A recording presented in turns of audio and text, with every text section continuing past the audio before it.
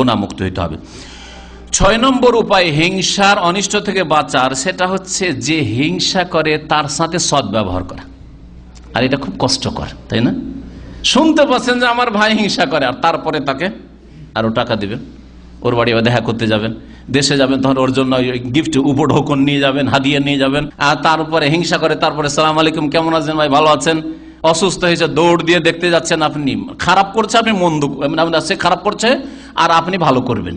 এটা সুবহানাল্লাহ, এর জন্য অন্তর বড় প্রশস্ত লাগবে, উদার লাগবে, অন্তর বড় উদার লাগবে।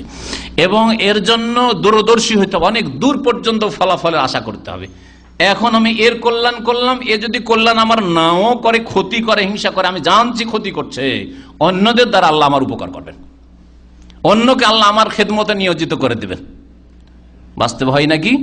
আপনি যার ভালাই করেছেন, কল্যাণ করেছেন, সেই 1 পয়সার আপনার ভালাই করলো না, কিন্তু অন্যকে দিয়ে আল্লাহ পাক আপনার অনেক কিছুই করিয়ে দিলেন। হয় কি হয় না? বাস্তবে দেখতে পাচ্ছি আমরা। আল্লাহ পাক এই চিকিৎসা আল্লাহ পাক শিখিয়েছেন। মহান আল্লাহ ইরশাদ করে সূরা হামিম সেজদার আয়াত নম্বর 34, ইদফা বিল্লাতি হি আহসান ফাইযাল্লাযী বাইনাকা ওয়া বাইনাহু আদাওয়াতুন কাআন্নাহু ওয়ালিয়ুন হামিম।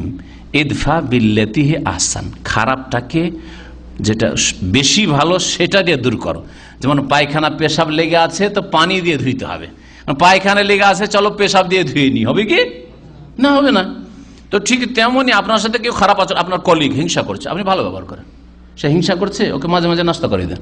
হ্যাঁ, হিংসা করেছে, তার সাথে ভালো ব্যবহার, যে কোনো ভালো ব্যবহার হইতে পারে। সে আপনার সাথে কথা বলেন, আসসালামু আলাইকুম, কেমন আছেন ভাই, বেশি করে কথা বলেন একটু, ইত্যাদি।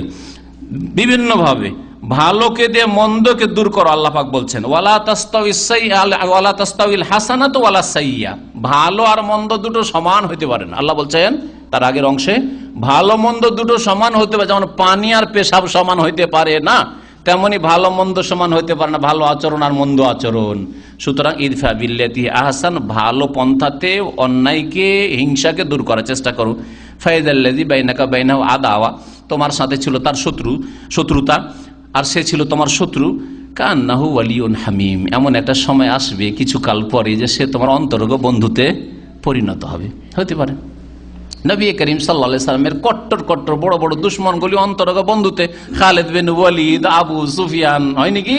এমনকি হিন্দা যে নবী সাল্লাল্লাহু আলাইহি সাল্লামের চাচার কলিজা চিবিয়ে গেছে, কলিজাকে যখন চিবিয়া গিলতে পারলো না, তখন কলিজাকে কেটে কেটে নিজের মালা বানিয়েছে আবু সুফিয়ানের স্ত্রী, সে ইসলাম গ্রহণ করেছে। ইসলাম গ্রহণ করেছে মানে রাসূলুল্লাহ সাল্লাল্লাহু আলাইহি সাল্লামের ঘনিষ্ঠ হয়েছে, রাসূলুল্লাহ সাল্লাল্লাহু আলাইহি ওয়াসাল্লাম থেকে ভালোবেসে।